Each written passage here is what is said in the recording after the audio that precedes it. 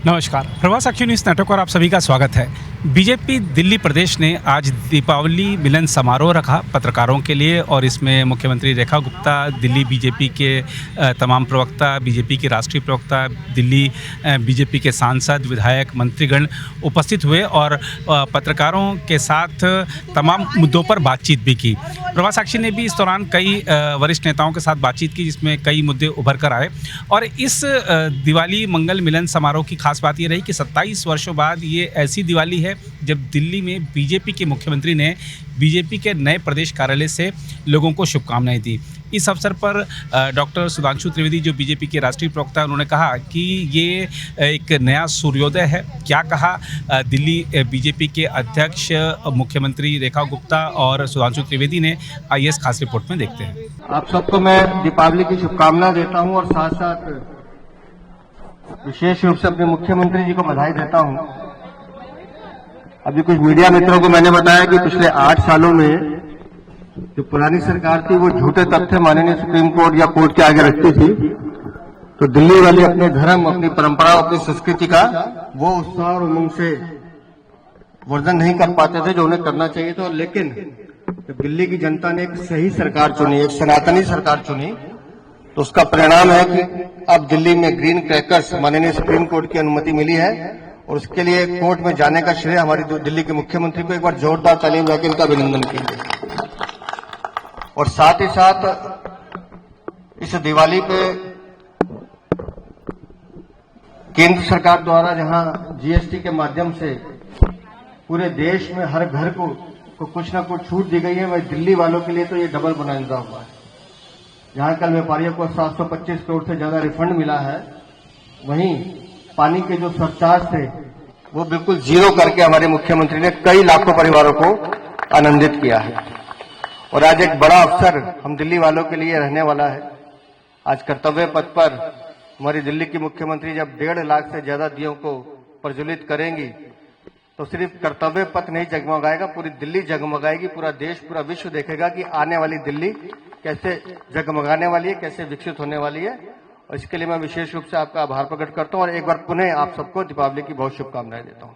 बहुत ही सुंदर और शुभ दिन आप सभी को मेरी ओर से धनतेरस की, दीपावली की, भैया दूज की बहुत ढेर सारी बधाई, शुभकामनाएं।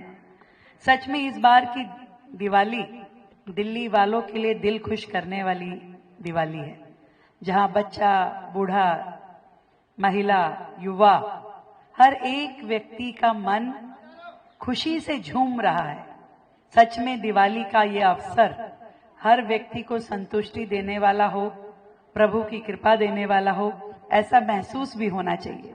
और हमने पिछले अपने 7 महीने के पूरे इस कार्यकाल में कोशिश की कि इस समय को सदुपयोग करते हुए दिल्ली की जनता के हर वर्ग को उसके लिए काम किया जाए।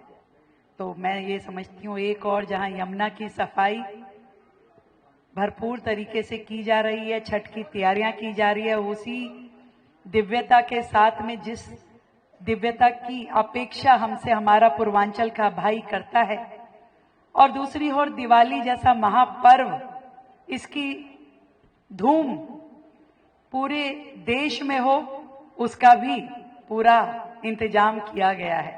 तो देश की राजधानी दिल्ली में इस बार कर्तव्य पथ पर जहां लाखों दिए जलाए जाएंगे, हर एक हाथ ज्योति को जलाएगा, दीप प्रज्वलित करेगा और ईश्वर से यही प्रार्थना करेंगे कि दिल्ली हमारी हमेशा गुंजायमान हो, ऊर्जावान हो और प्रकाशवान हो।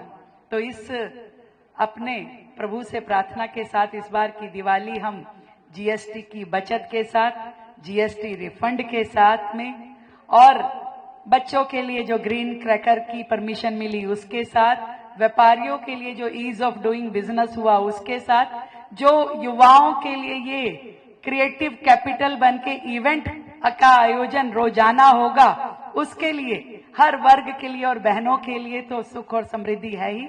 आप सबको मेरी ओर से ढेर सारी बधाई, शुभकामनाएं। मैं अब अधिक न कह के सिर्फ इतना कहना चाहूंगा कि 21वीं सदी का सूरज उगने के बाद दिल्ली प्रदेश में पहली बार दिवाली आई है। और वो दिवाली आकर उजाले से किस अंधेरे को पराजित करने का संकल्प दिखाती है, जो देश की भविष्य के लिए भी बड़ी सीख है कि एक्सपेरिमेंटल पॉलिटिक्स बहुत डेट्रीमेंटल हो सकती है। जो लोग नया प्रयोग करने की बात करते हैं राजनीति में, वो प्रयोग के साथ कितना बड़ा राजयोग के साथ राजरोग लेके आते हैं, वो दिल्ली में देखा, भुगता। 1 दशक तक उसका सहन करने के बाद, जो अभी बताया गया 27 वर्ष के बाद यह समय आया। वीरेंद्र जी अध्यक्ष थे और रेखा जी के नेतृत्व में अब जो सरकार नई सुबह की तरफ आगे बढ़ रही है, ये दिवाली एक और दृष्टि से भी महत्वपूर्ण है। वो सारा विषय तो अपनी जगह है कि भाई हम चौथी बड़ी अर्थव्यवस्था बनने के बाद आए हैं, चौथे बड़े स्टॉक एक्सचेंज बनने के बाद आए हैं, तीसरे बड़े ऑटोमोबाइल मैन्युफैक्चर बनने के बाद आए हैं, दूसरे बड़े मोबाइल हैंडसेट मैन्युफैक्चर बनने के बाद आए हैं, और डिजिटल ट्रांजैक्शन में दुनिया के नंबर 1 देश बनने के बाद आए हैं। और आप सबने देखा कि दिल्ली के खान मार्केट में जब जापान के प्राइम मिनिस्टर आए तो उन्होंने डिजिटल ऐप से ट्रांजैक्शन किया। हम लोग बच्चे थे तो कहते थे जापान से सीखना है, अब जापान का प्रधानमंत्री कह रहा भारत से सीखना है। और भारत का यूपीआई ऐप वीजा को पीछे छोड़कर दुनिया में एक दिन में सबसे ज्यादा ट्रांजैक्शन करने वाला डिजिटल ऐप बना है।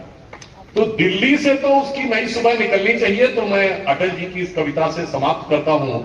दिल्ली में सरकार बनाना या दोबारा कमल खिलाना कोई बहुत आसान काम नहीं था। वो ऐसा था मान लो टूटे हुए तारों से संगीत बजाना हो। तो अटल जी की इस पंक्ति से समाप्त करता हूं कि टूटे हुए तारों से फूटे बासंती स्वर, पत्थर की छाती में उग आया नव अंकुर, झरे सब पीले पात कोयल की कुहुक रात, प्राची में अरुणिमा की रेख देख पाता हूं। रेख मतलब रेखा जी भी है। प्राची में अरुणिमा की रेख देख पाता हूं, गीत नया गाता हूं, गीत नया गाता हूं। धन्यवाद। अगर आप भी लेना चाहते हैं देश दुनिया की तमाम जानकारी तो आज ही सब्सक्राइब करें हमारे चैनल को। साथ ही नीचे दिए बेल आइकन को जरूर दबाएं ताकि हर अपडेट आप तक पहुंच सके।